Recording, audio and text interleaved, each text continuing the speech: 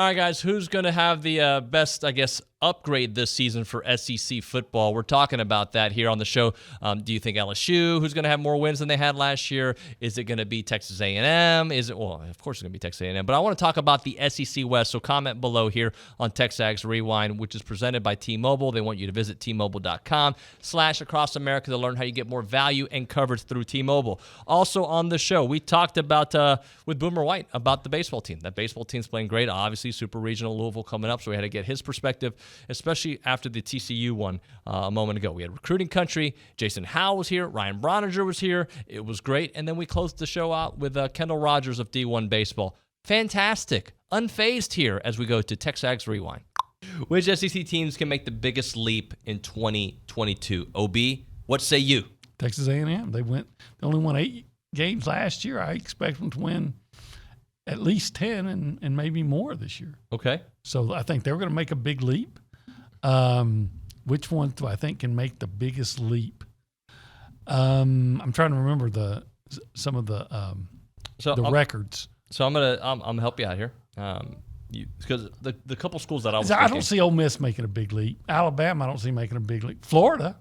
Florida can make a big leap. They were 2-6 in conference play, 6-7 overall. They're going to be better than that. I would think so. They were one of the teams I had on my list. The other one I had was South Carolina. South Carolina could make. You're usually better in the second year of a. But they went 7-6. How much better can they be? Can they win 9 games? That's a good point. They can be better. I don't think they can win 9 games. I don't even know their schedule, but I know they're going to play A&M. I know they're going to play a better Florida team. They're going to play Clemson. They're going to play Georgia. So right there, I've got them at best case scenario 8-4. It all comes down to quarterback play for, I think, most of these schools, right? So the other school I had on the potential list, but then I look at their total record from last year, and I'm like, maybe 2 more wins is LSU. How much is Brian Kelly worth this first year with a different quarterback room? They went 6-7 last year. Should have been 5-8 because they should have lost the A&M game. They lost it, to be honest with you. They did lose it. But all that being said, so 6-7 last year is 8 wins. Yes. Pretty doable. 9 yes. 9. Yes. I mean, they're LSU. And he can't. He doesn't dance well, and he has a horrible Southern accent. I don't know why he's trying to play that game, but Brian Kelly's a good coach. He is a good coach. He's not a cuddly guy by any means, but he's a good coach, and they just typically have talent. I know they feel like they're going to be good in the offensive and I think in the defensive line. I think they've got major concerns in their offensive line. Yep. So they could absolutely win 3 more games this year. Auburn is not. I don't see that. And they're going backwards, I think. I think so. Okay, you've got Texas A&M. They can win 3 more games. I think so. Yeah, 11 wins is certainly possible. With a bowl game. Mississippi State, they were 7-6 last year. Maybe they can go 8-5. Maybe. Yeah, I mean, they could, but take Charles Cross off that offensive line, and didn't they lose some receivers that were pretty good? I don't see them making a huge leap. I think they are who they are. They lost some defensive guys too. Arkansas, I think 9 wins which was a great year for them. That's the best that they do. I don't think they're a 10-win team. Yeah, I'm very skeptical about Arkansas. I think they had a great year last year for them, and I just think it's going to be hard to duplicate that. So I wanted to get your perspective on it because it's obviously it had to be difficult, right? I remember, and look, this is a completely different kind of situation, but I used to work for an NBA franchise, and it took on the team that I grew up watching, and it was like a weird feeling for me, and I didn't even play. Like, you got love for both, but your loyalties are here. But, for you, who spent so much time at TCU, finished at Texas A&M, a place that you've always loved, like that had to be like such a difficult evening, but maybe enjoyable at the same time. Yeah, I mean, I would definitely say enjoyable. One, because the outcome, seeing A&M finally get that monkey off their back. But, Coach Shalosh has referred to it one time on how it'll get easier as the players that he recruited and he was involved in move on, and it's a new batch of guys. I would say that's the same thing for me. Once all my old teammates were out, and I, definitely declare myself an Aggie way more than Horned Frog. That it made it a lot easier for that not to tug at your heartstrings. I will say that Coach Kirk Starlos and Bill Mosiello are two guys that I hold very dear to my heart and my life. So that is, and there's a couple trainers over there and strength and conditioning coach that I played with. So the personal ties there are the difficult parts. But to be honest, I couldn't have been more on the Aggie side of that game, really than anything. But if there's any difficulty, it's the personal relationships with the coaches. I'm picturing it from a friends and fans perspective. Like, you just want to watch a baseball game, right? But, like, you got two schools that you know everybody, right? Like that's probably fun in the pregame, not during the game.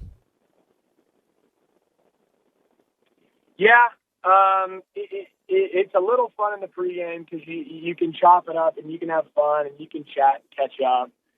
When the game gets out there, I mean, I don't know if Coach Schloss has really let out his true feelings, but I don't think he could have been in a more uncomfortable game for the most part, even when the game got going. It's always in the back of your mind, what if this goes wrong? What if this isn't? What if this comes back and bites me? Or what if I look foolish? Or whatever it may be. And so during the game, it's definitely, you want to win more than anything because you kind of want to justify it to yourself that, like, this is why I came here to do this and this is the right decision. And I talked with Coach Schloss after the game. I laughed. I said, I never got this this feeling after I played my series versus TCU. I had the league as the loser. You get to come out on top as a winner. So how does it feel? We joked about it, but it's a very awkward yet very memorable experience. It's just kind of hard to describe. We got camp starting. That's why we got. That's why he's here. Yeah, that's right. Brought the Frio River hat out of retirement. And he's shacking up in my guest bedroom. That's right. Yeah. It's so good times. Try to put him on dog duty a little bit last night. How'd that go? Did not work.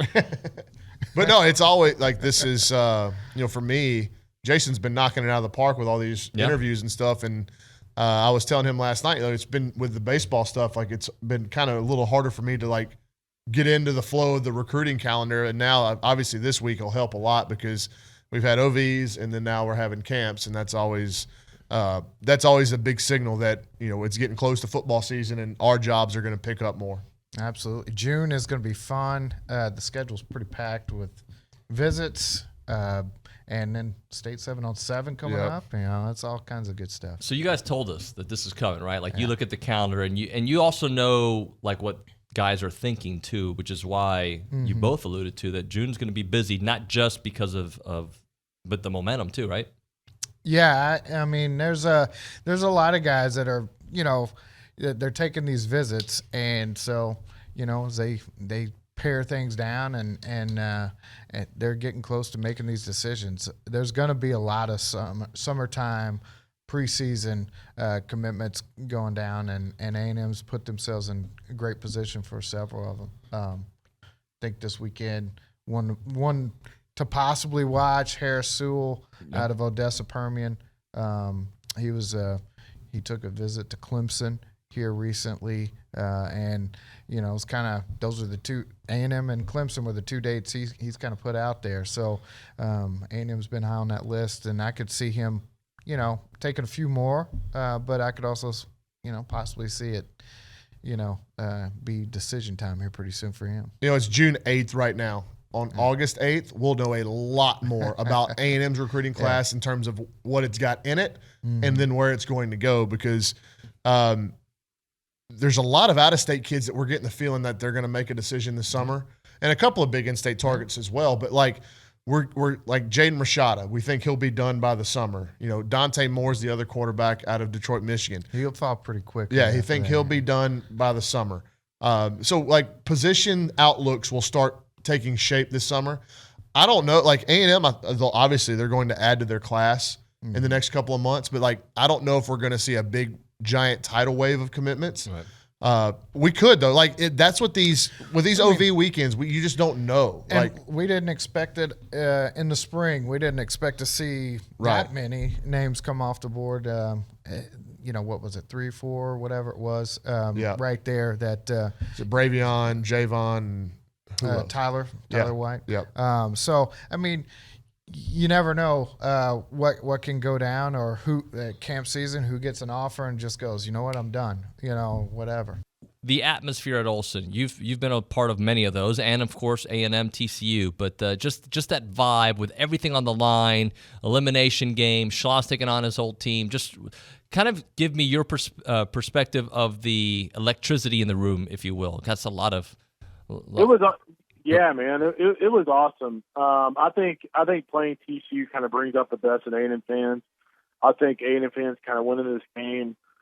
It was kind of with how good A&M has been and how just okay TCU's been this year. I think there's a little bit kind of that blood in the water feeling, and people were rowdy. And I think late in the game, late in the game when Sacco hits that home run, it would be really easy for the A&M fan base who's been beaten down by the Frogs over the years to just kind of like that place just turns into a total morgue. In reality, that it really flipped. You went to the top of the ninth inning and the place was rowdy.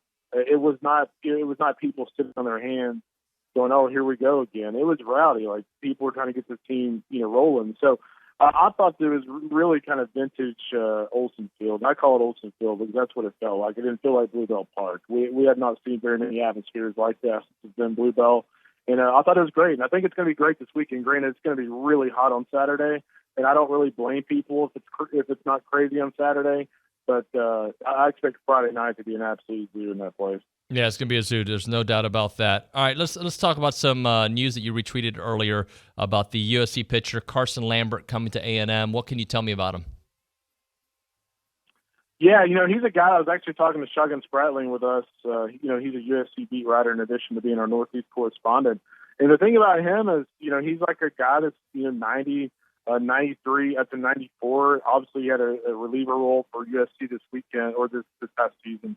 But he's a guy that he could go to A&M and come out of the bullpen, or he could start. And I think the other thing for Lambert too, when it comes to A&M, is you're talking about a guy who's thrown a lot of innings. And if you look at his team this year, I was just talking to an SEC coach a minute ago for our scouting reports for Supers, and he kind of mentioned, when you look at A&M and just the sheer number of bats and the number of innings that guys like Jacob Polish have thrown, when you look at Carson Lambert, what's the thing with him? He's got good stuff, and he's seen a lot of action. He's thrown a lot of innings. So I think it's what this coaching staff is looking for in the portal. They're not looking for guys who are freshmen who have a lot of talent at a mid-major.